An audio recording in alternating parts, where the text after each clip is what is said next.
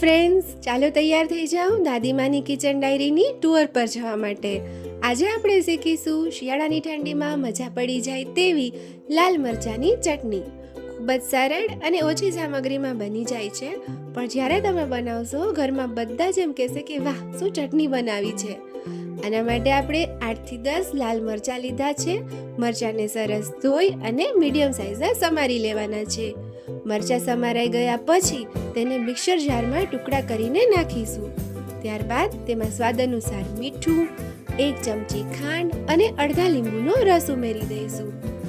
આ સમયે તમારે એ ખાસ ધ્યાન રાખવાનું છે કે જો મરચાં ખૂબ તીખા હોય તો 2 ચમચી ખાંડ અને 1 લીંબુનો રસ ઉમેરવાનો છે, અને મરચાં જો મીડિયમ તીખા હોય તો 1 ચમચી ખાંડ અને અડધા લીંબુનો રસ ઉમેરવાનો છે.